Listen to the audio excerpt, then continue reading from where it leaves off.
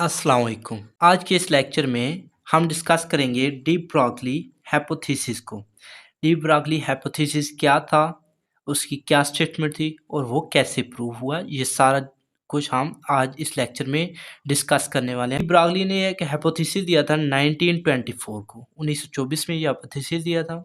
Lewis de Broglie ने अपने PhD thesis में ये जो है ना हाइपोथेसिस दिया था। क्या? Any particle in the universe, कोई भी पार्टिकल इस दुनिया में कैन बिहेव, वो एक्ट कर सकती है लाइक अ वेव और अ पार्टिकल, कि वो या तो वेव के तौर पे या पार्टिकल के तौर पे, ये दोनों हालतों में वो एग्जिस्ट कर सकती है। कोई भी चीज़ जो पार्टिकल है वो वेव के तौर पे भी एक्ट कर सकती है और वो पार्टिकल के तौर पे भी एक्ट कर सकती है।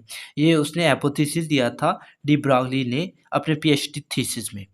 अब जो वेव है, वेव को प्रूव करने के लिए वेवलेंथ का होना ज़रूरी है।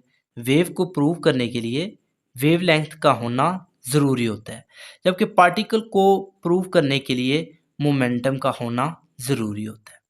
अगर वेवलेंथ है, इसका मतलब वो पार्टिकल जो है can act as a wave, वो वेव के तौर पे एक्ट कर सकते हैं।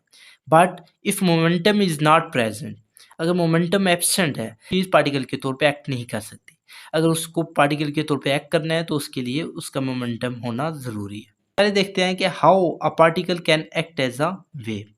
इसके लिए उसने दिया था formula C equal to lambda F, और इसको डिस्क्राइब भी कर दिया था।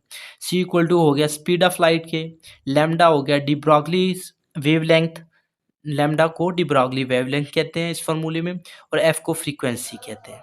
जो ये वेवलेंथ है ये क्रस्टोट्रफ की वजह से एक्सप्लेन हो जाती है। एफ जो है फ्रीक्वेंसी, ये भी एक्सप्लेन हो जाती है number of waves in 1 second या नंबर ऑफ वेव्स पर सेकंड। जो वेव्स पर सेकंड में गुजरी होंगी वो फ्रीक्वेंसी को डिस्क्राइब कर रही होंगी। सी इक्वल टू होता है स्पीड ऑफ लाइट के। मीन कि ये जो है ये इजीली एक्सप्लेन हो गया था। इट मीन्स कि इन टर्म्स ऑफ लाइट, अगर हम लाइट की बात करें, in terms of light it is proved. वो कैसे है? क्योंकि लाइट जो है ये वेवलेंथ भी देती है, फ्रीक्वेंसी भी हमें पता चल जाती है कि नंबर ऑफ वेव्स कितनी जा रही हैं, और स्पीड ऑफ लाइट ऑलरेडी पता है 3 मल्टीप्लाई बाय 10⁸ मीटर पर सेकेंड।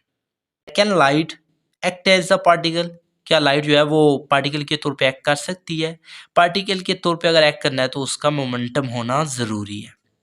अगर जो कन्वेंशनल जो तरीका था, कन्वेंशनल जो मोमेंटम का फार्मूला था वो था P इक्वल टू mv, ये मोमेंटम का फार्मूला था। मैस होना भी ज़रूरी है पार्टिकल के लिए और वेलोसिटी भी होना ज़रूरी है। अब जो लाइट के जो मैस था वो अप्रोक्सीमेटली ज़ीरो था। लाइट का जो मैस था वो अप्रोक्सीमेटली ज़ीरो था। इस तरीके से लाइट जो है ये पार्टिकल के तौर पे एक्ट नहीं करती। लाइट जो है ये पार्टिकल के तौर पे एक्ट नहीं कर रही अगर ये मोमेंटम को डिफाइन नहीं कर रही।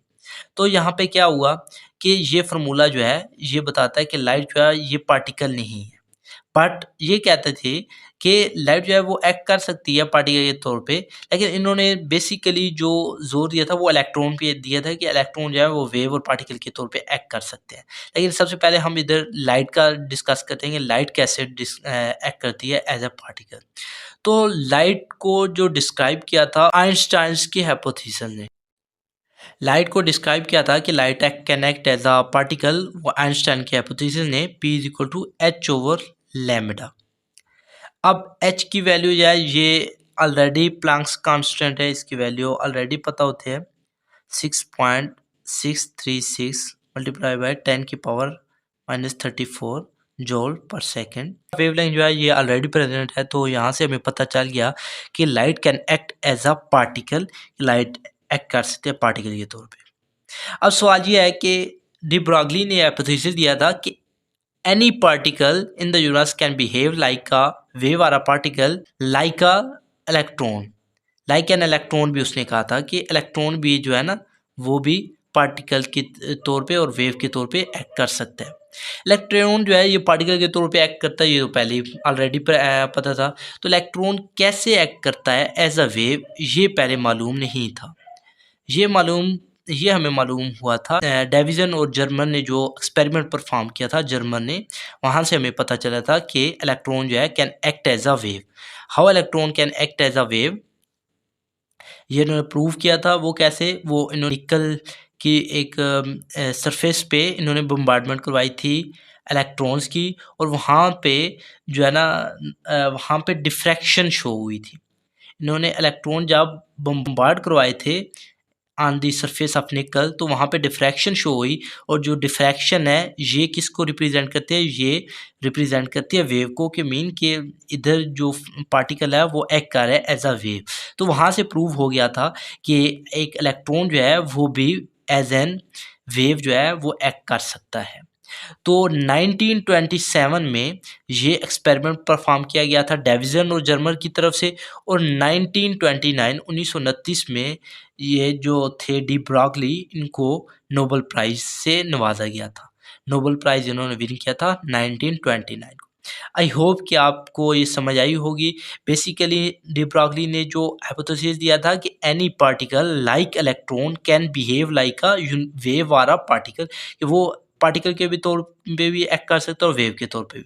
पार्टिकल के तौर पे तो इसकी नेचर ऑलरेडी प्रेजेंट थी, पता थी, लेकिन how an electron can act as a wave ये मालूम नहीं था। तो ये मालूम पड़ा था डेविसन और जर्मर के एक्सपेरिमेंट की वजह से, जो इन्होंने डिफ्रैक्शन शो करवाई थी ऑन द सरफेस ऑफ निकल with the help of electron. That's all for this video. I hope कि ये लेक्चर आपको वेल अंडरस्टूड हो चुका होगा।